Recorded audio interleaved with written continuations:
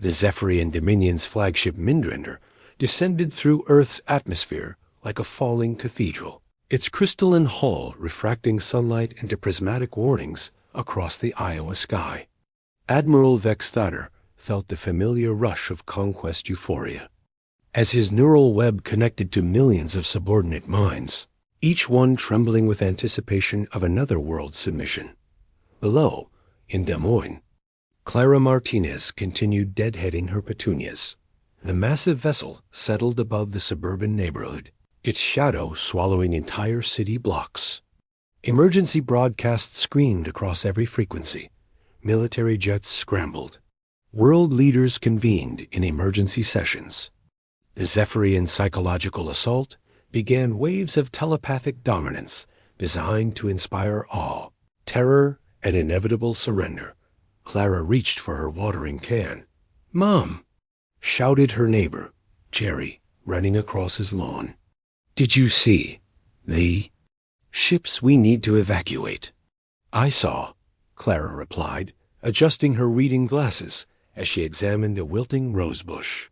"Oh, I wish they'd picked a different spot. They're blocking my morning sun."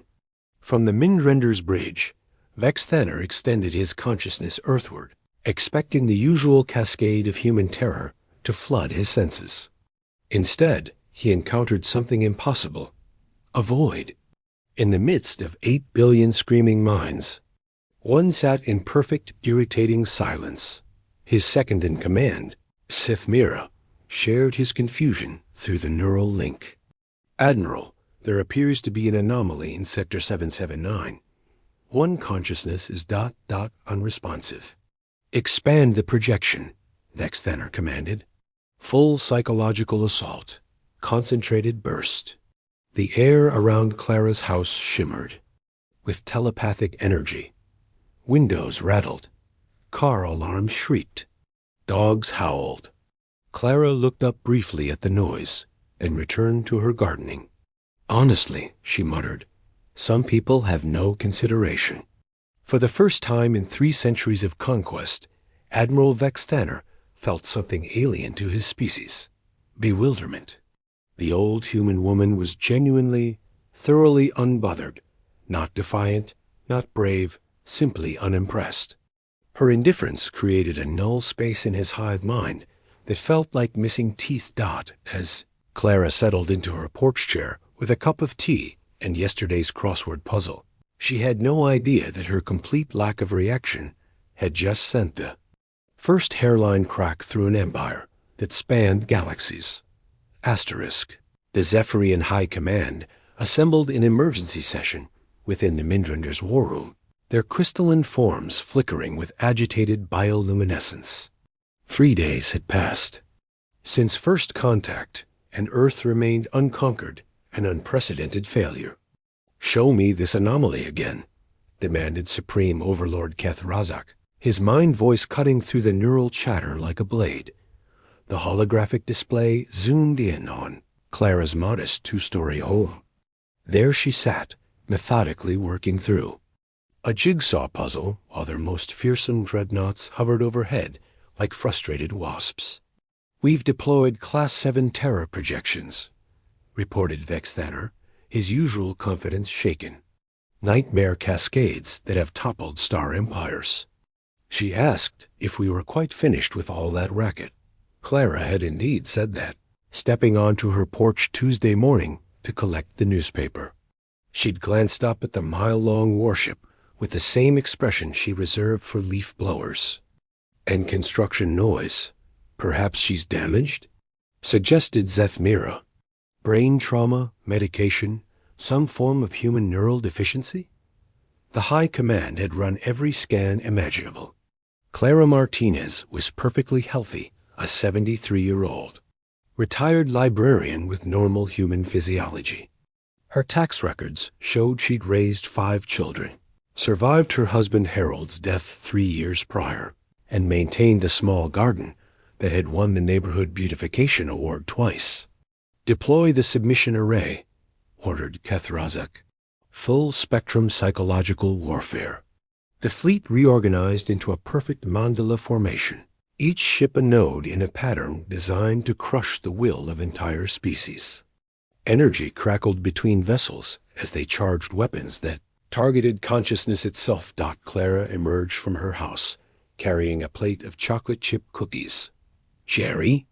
she called to her neighbor, who was huddled in his basement. "I made extras. You looked peaked yesterday." The submission array fired. Reality bent around Clara's property as weapons that had shattered the minds of galaxy-conquering races focused their fury on one small human woman. Clara set the cookies on Jerry's doorstep with a note, then returned to her porch swing. "The azaleas are coming in nicely this year," she observed to no one in particular. Aboard the Mindrender, every Zephyrian consciousness experienced something their species had no word for: doubt. The void in their collective awareness was spreading, creating feedback loops of confusion that rippled through the neural network. For the first time in millennia, the Dominion faced an enemy they couldn't understand, someone completely unimpressed. By their power. Dr. Elena Vasquez materialized on Clara's porch in a swirl of blue light, her translation device crackling with urgency. As Earth's chief xenolinguist, she'd been designated humanity's official first contact representative, a role that felt increasingly absurd given the circumstances. "Mrs. Martinez," Elena said breathlessly, "I'm here on behalf of the United Nations. The alien fleet has been hovering over your neighborhood for a week. They claim you're interfering with their conquest somehow." Clara looked up from her library book, a worn copy of the Thursday Murder Club, and regarded the younger woman with mild interest. "Are you selling something, dear?" "Because I have a very strict policy about door-to-door sales." "No, ma'am. I'm trying to prevent an interstellar war." "Oh, that's nice." Clara marked her page with a dried flower. "Would you like some iced tea? It's getting warm out here." Elena accepted the tea and tried to process the surreal situation. Above them, the Mindrender hung like a metallic thundercloud, its hull pulsing with frustrated energy. The other ships in the fleet had begun exhibiting erratic behavior, some spinning slowly, others flickering in and out of phase. "Mrs. Martinez, the aliens say you're somehow ... immune to their control. They can't understand why you're not afraid." Clara considered this. "Fear's like worry, honey. It's just borrowing trouble from tomorrow. I raised 5 kids through the Cold War. I buried my parents, my husband, and my youngest brother. I've seen layoffs, recessions, and 3 different cancer scares." She sipped her tea. "Floating metal ships don't rank very high on my list of concerns." On the Mindrender, the situation was deteriorating rapidly. The neural network that bound the Zephyrian collective was experiencing cascade failures. Individual consciousness, a concept they'd abandoned millennia ago, was beginning to reassert itself among the crew. Commander Yelfane was the first to experience the phenomenon. Staring at the human woman through the viewscreen, he found himself thinking an impossible thought. What if she's right? What if none of this matters? The realization hit him like lightning. For 3,000 years, he'd been part of a hive mind, dedicated to conquest, never questioning why. Now, watching Clara water her marigolds while his species' greatest weapons failed around her, he wondered for the first time what the point had been. The doubt spread like a virus through the fleets. Neural links, ****.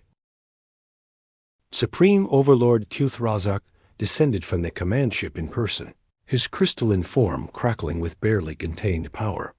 For the first time in his 1,000-year reign, he would speak directly to a conquered species, or in this case, an unconquerable retiree. Clara was deadheading roses when he materialized on her sidewalk, a being of living crystal and electrical fury that had personally overseen subjugation of 47 star systems. Human female, his voice resonated with the authority of empires.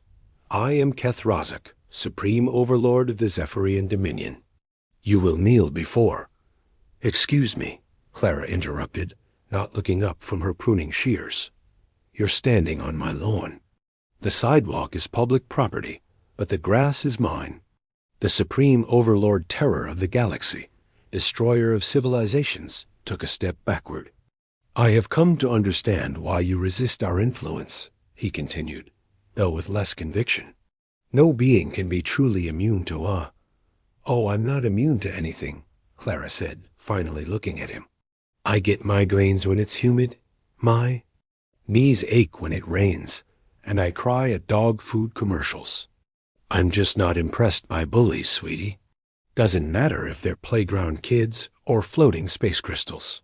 Around the neighborhood, something unprecedented was happening. The Zephyrian crew members, their hive-mind connection fracturing, were beginning to remember who they'd been before the collective. Memories of home worlds, individual names, personal dreams flooded back after millennia of suppression. Commander Yelthine, who suddenly remembered his birth name, was Yelthin Brightwater, stood on the bridge, watching crew members weep as they rediscovered their own minds. The great conquest machine was collapsing from within, undone by one woman's refusal to be moved. "How?" Kethrazak asked, and for the first time, his voice held genuine curiosity rather than command. "How do you remain unafraid?" Clara sat down her shears and really looked at him, not at the cosmic horror or galactic threat, but at the being underneath.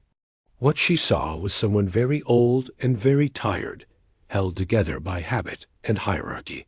"Because I've been loved," she said simply. "Really, truly loved, and I've loved back. I've held babies and buried friends and made peace with the fact that everything ends. When you've experienced that kind of fullness, honey, empty threats just sound like noise." Above them, the mighty Zephyrian fleet began to fall silent, ship by ship. 6 months later, the former Zephyrian dominion had become something unprecedented. In galactic history, a voluntary confederation of free worlds. The great warships had been converted to exploration vessels and aid ships, carrying medicine and technology to planets they'd once conquered. Clara's front porch had become an unlikely diplomatic center. Today, she was hosting what the media called the Des Moines Accords, though Clara preferred to think of it as a particularly well-attended book club meeting. Yelthin Brightwater, formerly Commander Yelthane, sat in her porch swing, carefully turning pages of Pride and Prejudice with crystalline fingers that had once operated weapons of mass destruction. The neural implants that had connected him to the hive mind had been voluntarily deactivated months ago. "I still don't understand Mr. Darcy's appeal," he said, his translator rendering his confusion in perfectly polite English. "Give him time," Clara replied, refreshing his tea. "Character growth is like gardening. It happens slowly, then all at once." Dr. Vasquez emerged from the house with a datapad full of interstellar treaties and cultural exchange programs. What had begun as first contact protocols had evolved into something far more complex and wonderful. The galaxy's first attempt at genuine cooperation. "The Andromedan systems want to join the Confederation," Helena reported. "Apparently, word has spread about the human concept of stubborn compassion." Clara chuckled. "Is that what we're calling it?" Kethrazak materialized near the garden gate he'd been visiting regularly, claiming to study human resilience. Clara suspected he was mostly there for her cookies and conversation. The former Supreme Overlord had turned out to be quite lonely after millennia of collective consciousness. "A Council of Worlds is considering your proposal," he announced. "A galactic library system with Earth as the central hub." "Well, of course," Clara said, "people need stories. Especially people who've forgotten how to be individuals. Books teach you how to be alone with your own thoughts." As the sun set over Des Moines, painting the sky in shades of rose and gold, Clara looked out at her small kingdom, her garden, her porch, her unlikely collection of intergalactic diplomats learning to read human literature and plant flowers. She'd never moved from her spot, never raised her voice or lifted a weapon. She'd simply refused to be impressed by things that weren't impressive. And somehow that had been enough to change everything that the galaxy, it turned out, had been waiting for someone to show them that there were better ways to be powerful than making others afraid. Clara picked up her bookmark, a pressed violet from Harold's funeral flowers, and opened her evening book. Tomorrow, she'd teach a delegation of former conquerors how to make proper biscuits. Tonight, she'd read about other small victories and quiet revolutions. After all, the best stories, like the best changes, usually began with someone who simply refused to move. Asterisk.